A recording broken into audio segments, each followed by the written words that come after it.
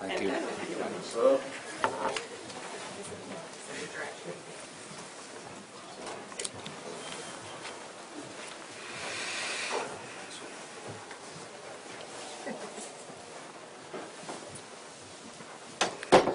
Good afternoon, everyone, and thank you again for being here with us today.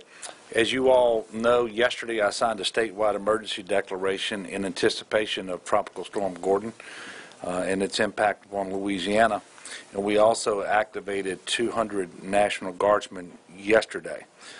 Throughout the last 24 hours, we've been in contact with parish officials across the impacted parishes, or those parishes that we anticipate to be impacted, and we are continuing to provide local government assistance as requested. To date, 9 parishes have declared emergencies. There are 3 additional declarations in progress. You're going to get a briefing in just a moment about school closures for today and those that may have already been called for tomorrow, and we'll also have information for you for higher education. That information is going to come from Aaron Bindley of the Department of Education and Dr. Kim Hunter-Reid, the Commissioner of Higher Education. We just completed another briefing at the Unified Command Group here at GOHSEP, and the latest tracking forecast appears to spare Louisiana from the worst of the storm, but it remains a very dangerous storm, one that no one should take lightly. We've reached out to our neighbors in Mississippi to offer assistance pursuant to any request that we might receive from them as we are able to grant those requests. However, there's still a lot of work to be done in Louisiana, and there's an awful lot of folks who ought to be paying attention to this storm and making preparations. While all of the changes in the track have generally been in our favor, as I mentioned, we still have some nasty weather headed our way. We can still expect high winds along to the east of I-55 in the range of 40 to 70 miles per hour, and a strong storm surge in parts of southeast Louisiana of 1 to 4 feet.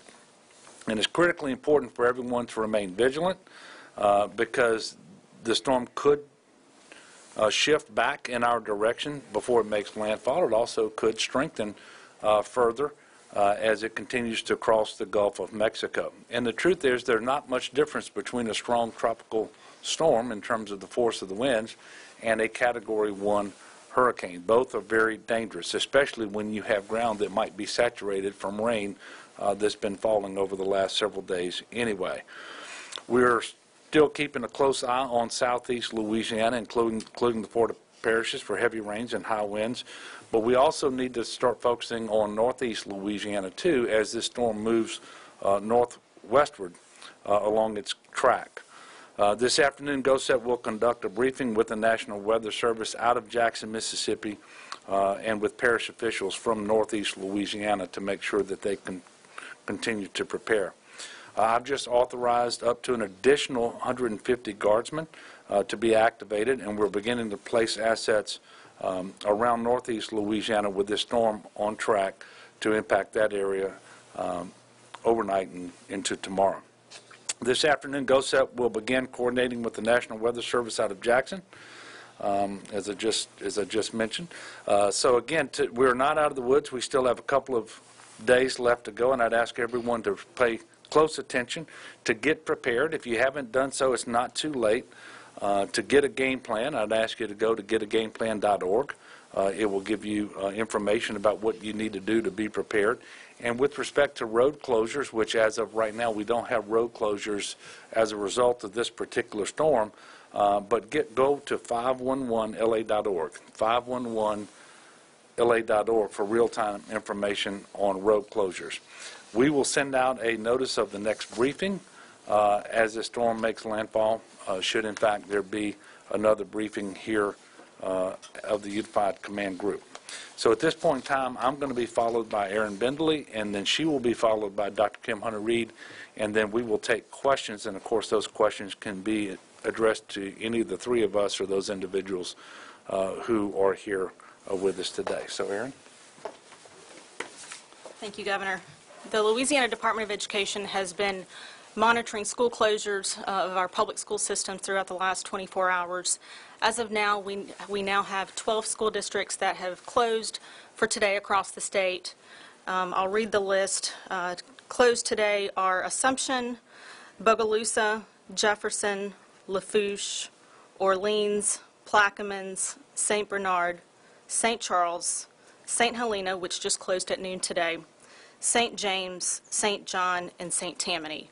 A number of these school districts have also announced closures of after-school activities this afternoon. We expect that some in the southeast region will likely announce closures tomorrow. At this time, the only closure that we know of that's been announced for sure tomorrow is for students in public schools in Washington Parish. But again, we encourage parents to watch their local news, be in touch with their school officials throughout the evening for any further announcements in terms of school tomorrow.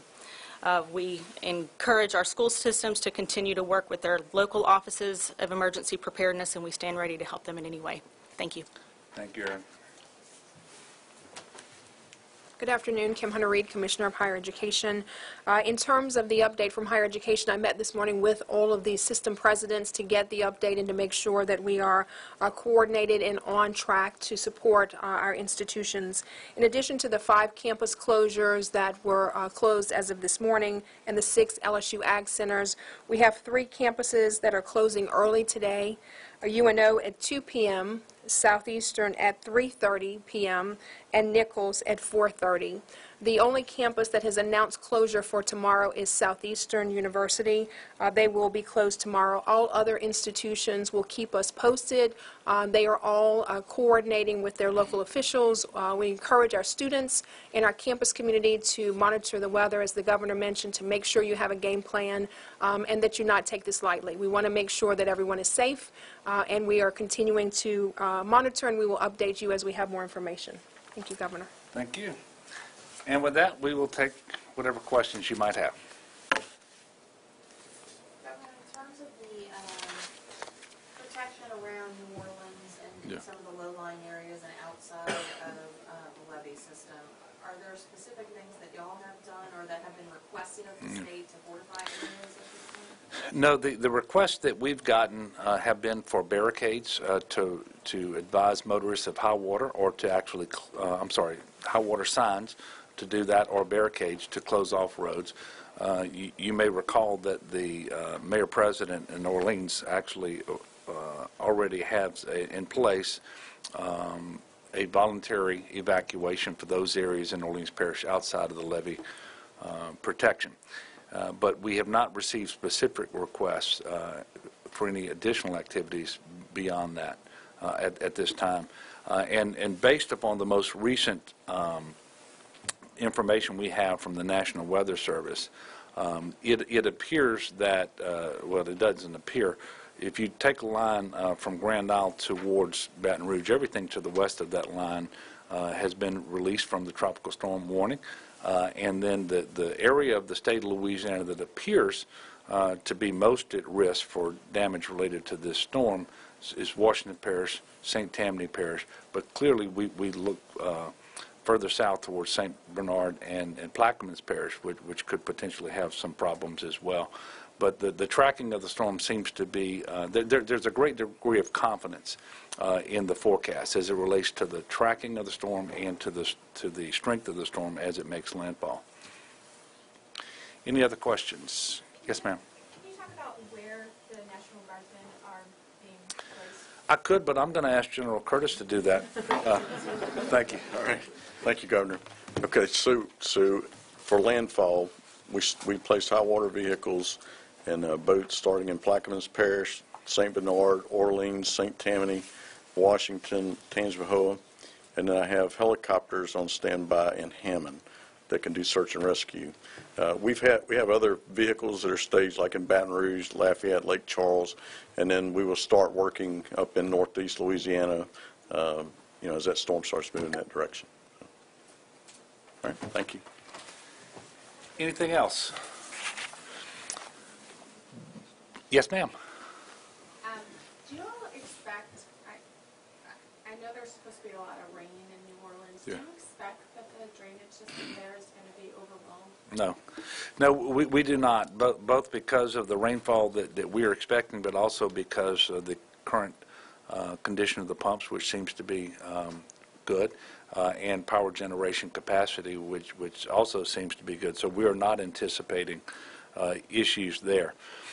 We do ask people to remain vigilant, as we've said before. Pay attention to local news, to local authorities.